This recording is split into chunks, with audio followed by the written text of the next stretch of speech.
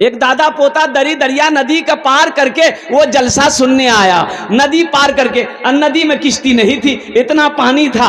दादा पोता आया, जलसा सुना। हजरत तकरीर कर रहे थे सितरे औरत के बारे में कि ये घुटने से ऊपर कपड़ा उठाना मर्द के लिए भी हराम है। मर्द के लिए भी, बोलिए, हाँ हराम है। जलसा खत्म हो गया, दादा पोता दुआ किया और फिर नदी पार करना है। तो नदी पार कर लिया, दादा की नजर पड़ गई पोते की लुंगी पर।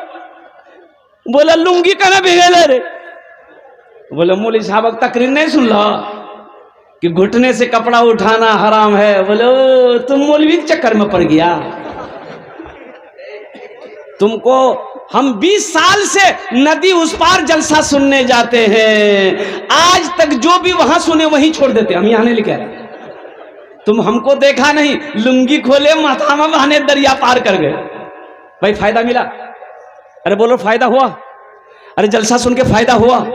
तो मेरे नौजवानों, जो भी दीन की बातें सुनना, उस पर अमल की नीयत जब इंशाअल्लाह आप कर लेंगे ना कि इंशाअल्लाह हम अमल करेंगे, तो इंशाअल्लाह वो बात असर करेगी, वो बात दिलों पे लगेगी। तो इंशाअल्लाह हाथ उठा के वादा करो कि इंशाअल्लाह हम लोग अमल की नीयत से सुनेंगे इंशाअल्लाह।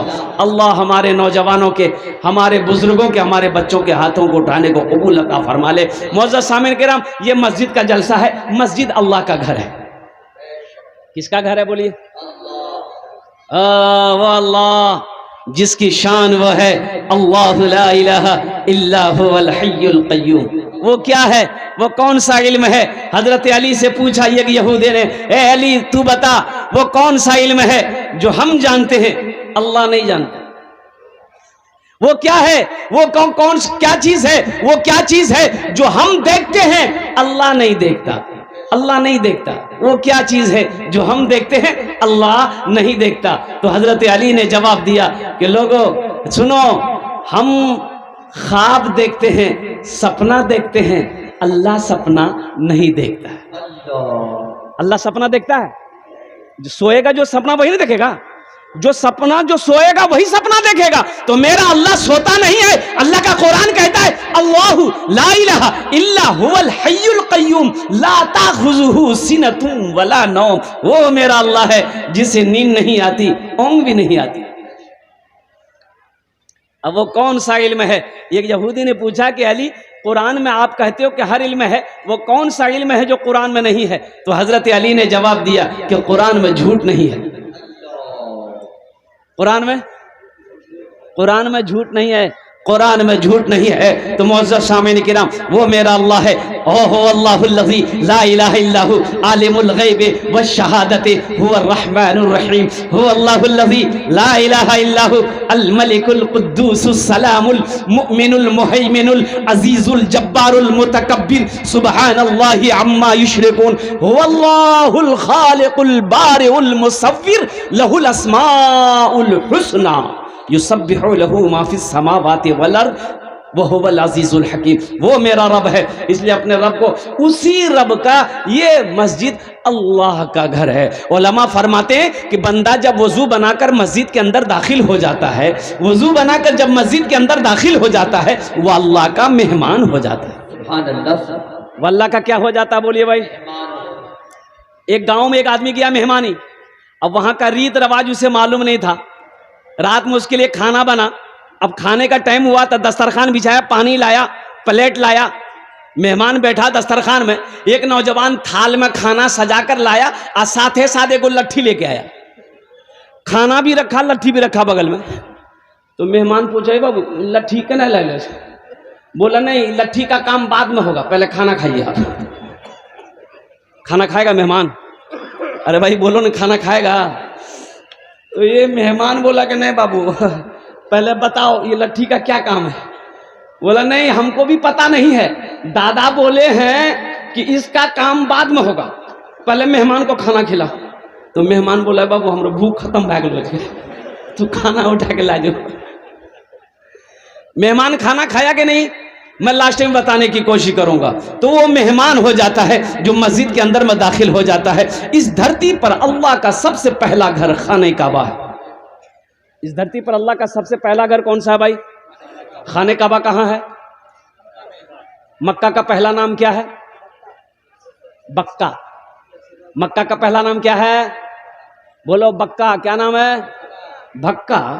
ये बोलता भक्का, भक्का नहीं, वो खाने वाला भक्का नहीं, बक्का। इन्ना अव्वला बैतियों उदिया लिन्ना से लल्लज़ी बेबक्कता मुबारकों व हुदल लिल आलमीन। अल्लाह का कुरान कहता है हजरत आदम अलैहिस्सलाम जन्नत से तशरीफ लाए, अल्लाह ने हुक्म दिया मेरा आदम मेरा घर बनाओ। ठीक खाने काबा के सामने पहले आसमान में भी अल्लाह का ये घर है जिस घर का नाम है बैतुल मामूर। सुभान अल्लाह, बोला दमाशा। उस घर का नाम है बैतुल मामूर। उस घर का भी तवाफ करते हैं। कौन करते हैं? अल्लाह के मासूम फरिश्ते उस घर का तवाफ करते हैं। और खाने काबा का तवाफ तो अल्लाह के बंदे करते हैं, अल्लाह के फरिश्ते भी करते हैं, मलाइका भी करते हैं। और कुर्बान जाओ, तूफान नूह आया, तूफान नूह में खाने काबा की दीवारें गिर गई और बड़ा जबरदस्त तूफान आया था। अल्लाह को कुरान पढ़ो, सूरह नूह पढ़िएगा ना, तूफान नूह के बारे में आपको पता चलेगा। अल्लाह ने किस्सा बयान किया है कुरान के अंदर में। मुअज़्ज़ज़ सामीन किराम, वो कौम बड़ी जालिम कौम थी, बड़ी ढीठ कौम थी। अल्लाह के नबी जनाब हजरत नूह अलैहिस्सलाम के बात को मानने को तैयार नहीं, कहना को मानने को तैयार नहीं, बातों को सुनने को तैयार नहीं। 950 साल कौम को दावत देते रहे नूह अलैहिस्सलाम। 950 साल की मुद्दत में सिर्फ 80 से 82 लोग मुसलमान हुए। कितने लोग मुसलमान हुए?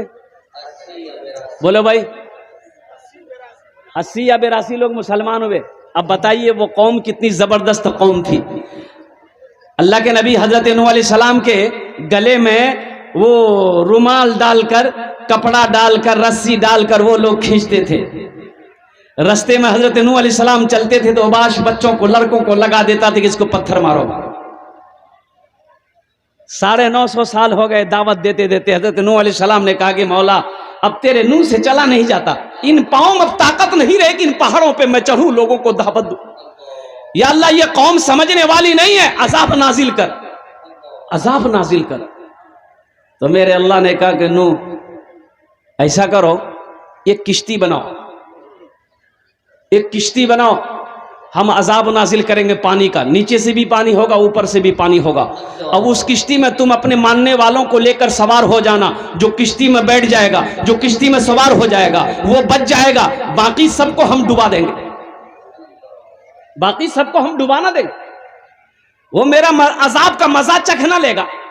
तो नूह अलैहिस्सलाम कश्ती बनाने में लग गए और उलमा फरमाते कई महीने लगे, बहुत बड़ी कश्ती बनाई। तो गांव वाले ने कहा कि नूह ही की बनल जाओ।